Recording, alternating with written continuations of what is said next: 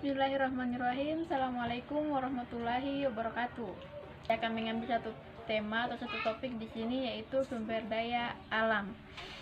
Sumber daya alam adalah sumber daya yang terbentuk karena kekuatan alamiah, misalnya seperti tanah, air dan perairan, udara dan ruang, mineral, gas bumi, angin, dan pasang surut air laut.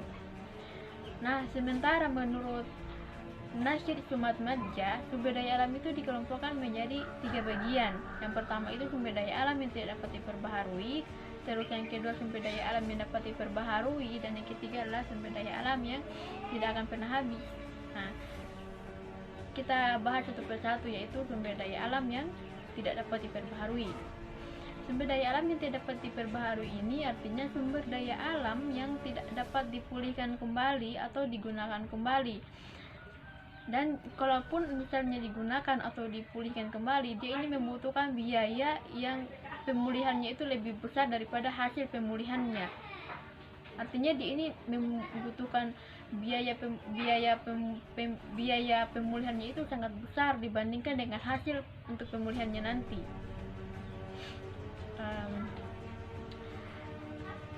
Selanjutnya yaitu sumber daya alam yang tidak dapat diperbaharui. Nah, sumber daya alam yang dapat diperbaharui adalah sumber daya alam yang dapat pulih kembali secara alamiah. Ini dia sumber daya alamnya itu dapat pulih secara alami, tidak dengan bantuan orang lain atau dengan bantuan apapun itu. Dia ini waktu pemulihannya itu secara alami ataupun secara budaya setelah dimanfaatkan. Nah, terus yang ketiga, sumber daya alam yang tidak akan pernah habis. Sumber daya alam yang tidak akan pernah habis ini adalah sumber daya alam yang tidak akan berakhir, yaitu seperti keindahan-keindahan atau panorama-panorama alam yang berharga bagi para pariwisata, yang faedah-faedahnya itu dapat diperoleh dari iklim. Nah, dari tiga pengertian sumber daya alam di atas itu dapat kita simpulkan bahwa sumber daya alam adalah sesuatu yang berguna dan mempunyai nilai dalam kondisi di mana kita menemukannya. Nah, di sini juga saya akan menyinggung peranan sumber daya alam terhadap pembangunan ekonomi.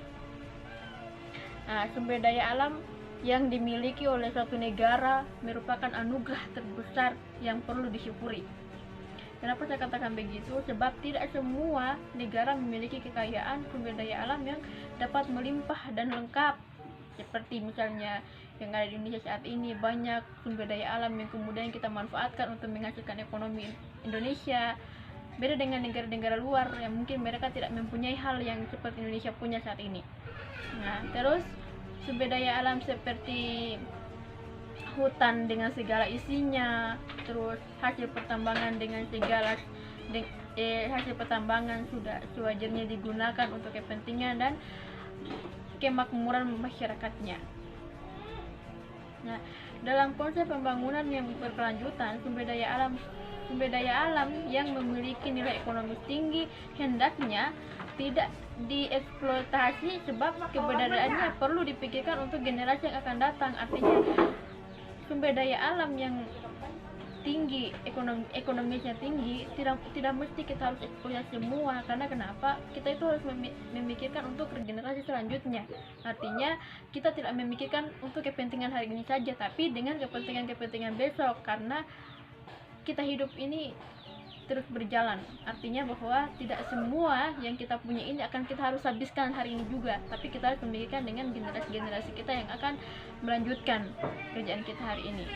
Oleh sebab itu, pengolahan sumber daya alam haruslah dilakukan secara bertanggung jawab. Terima kasih, itulah materi dari saya mengenai sumber daya alam.